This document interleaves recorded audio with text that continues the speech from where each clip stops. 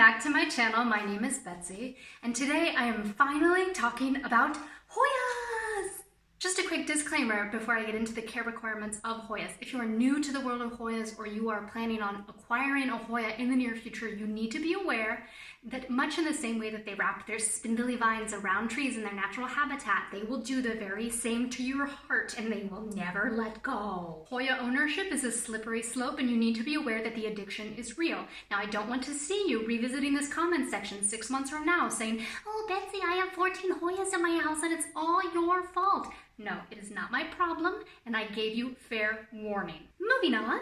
Hoyas are one of my favorite plants, and with 200 to 300 species out there, it is difficult to run out of Hoyas to want, which is why it can become such a slippery slope when you are a Hoya collector. There are just so many Hoyas, and once you have one, you want another one, and another one, and another one, and another one. Hoyas are usually a creeper or vine, and they grow epiphytically on trees or in rocky areas, kind of like the staghorn ferns that I talked about in my most recent video before this one. I have a few different types of Hoyas, and by a few I mean way too many. I have 14 different types of Hoyas in my home, but 7 of those are just small cuttings that I'm rooting in a propagation box, so they're not out of hand yet.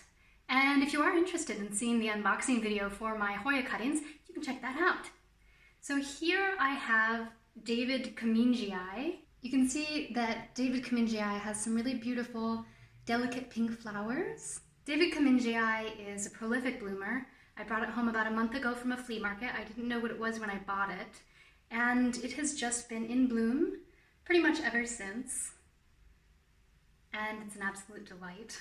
The first Hoya I ever bought was Hoya carnosa rubra, also known as Crimson Princess and also known as Hoya carnosa tricolor, because it has these beautiful variegated leaves and it has pink vines, and when the new growth comes in, the white part of the leaf on the really young leaves is actually this pretty bright pink color. This Hoya was my gateway drug. I saw it in the store and I couldn't resist it. I brought it home and that is how my addiction began. I have a really big Hoya Bella, which I can't fit all of it in the frame. And I call it Cher because its hair is so long and beautiful. If I could turn back time. I'm sorry.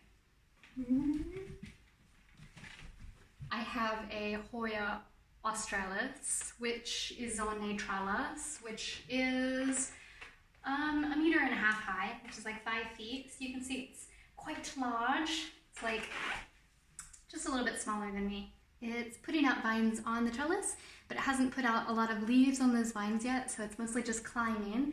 And then probably in the spring it'll put out a bunch of foliage, and then this entire trellis will get filled up. I have a Hoya carnosa compacta, or Hindu rope as it's commonly known, the regular Hoya carnosa, and I have a tiny Hoya crimson queen.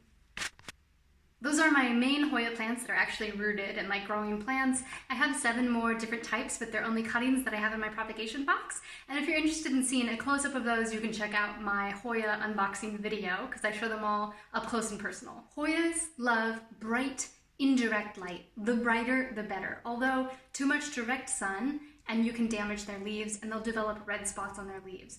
They can survive in lower light conditions, but they're less likely to develop flowers, and their flowers are one of the best parts about them. So the more bright the indirect light, the better. They're normally coming from really warm tropical climates, so they like temperatures in the 60 to 85 degree Fahrenheit range, which is like 16 to 30 degrees Celsius, usually the temperatures that we like to keep our homes. They do really well in northern summers, and in the winter time you just want to make sure that they're not subjected to temperatures below 60 degrees Fahrenheit, because they won't like it very much. In terms of humidity, they're always going to prefer higher humidity, so 45% and above.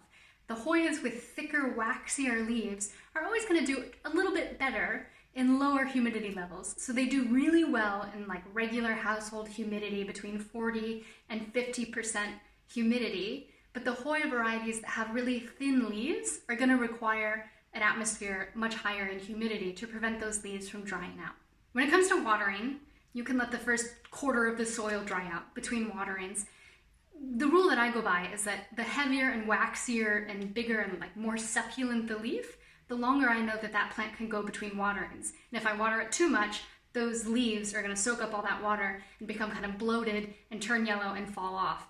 but a plant with more delicate thin leaves like Hoya bella, it needs to be watered more often. It doesn't hold on to water as much as like a Hoya cornusa compacta or Hindu rope. Those ones can be treated more like a succulent, and they can go much longer between waterings. When it comes to soil, because they're epiphytic, they're going to need a lot of air around their roots. So they really prefer a soil that's really chunky and fluffy and light. I personally use a houseplant potting soil with plenty of perlite and orchid bark thrown in. So it's really chunky and fluffy and light, and they really thrive in that. Propagating them is super easy. Hoyas are very easy to propagate. You can do it in soil or water. With my Hoya bella cuttings, I've always done it in water. So I just snip off the stem, take off a couple of the leaves, the base of the stem, put it in a glass of water, and leave it in my kitchen in some bright indirect light. And within about 3 weeks, I have roots, and I can stick it in a pot, and I'm good to go. You can see that in comparison to the actual size of the plant, the pot for my Hoya bella is quite small, smaller than my head. You'll often read that Hoyas like to be root bound, but what does that mean? Obviously, any plant wants to grow wildly and spread its seed as far and wide as it possibly can. So there is no such thing as a plant that likes to be root bound.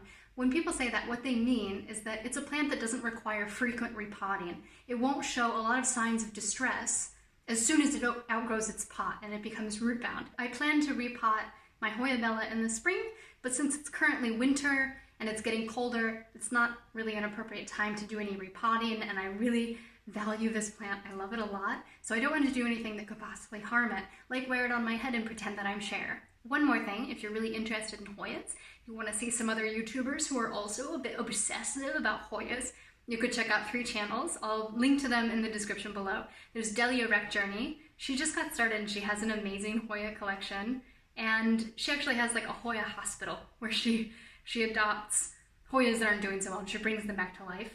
There's Nicole. She has an excellent channel where she talks about her methods for propagation and things like that with Hoyas. I always find it really useful and helpful. And then there's Danielle Tells. You may have actually found my channel through Danielle Tells, but she has a Hoya video that I watched ages ago, and I think that might be how I got hooked on Hoyas. So be careful, but go check it out. Thank you so much for watching. I hope that this was interesting or helpful, or at least a little bit entertaining. If you have any comments or questions or suggestions for future videos, leave it in the comments below and I'll definitely get back to you.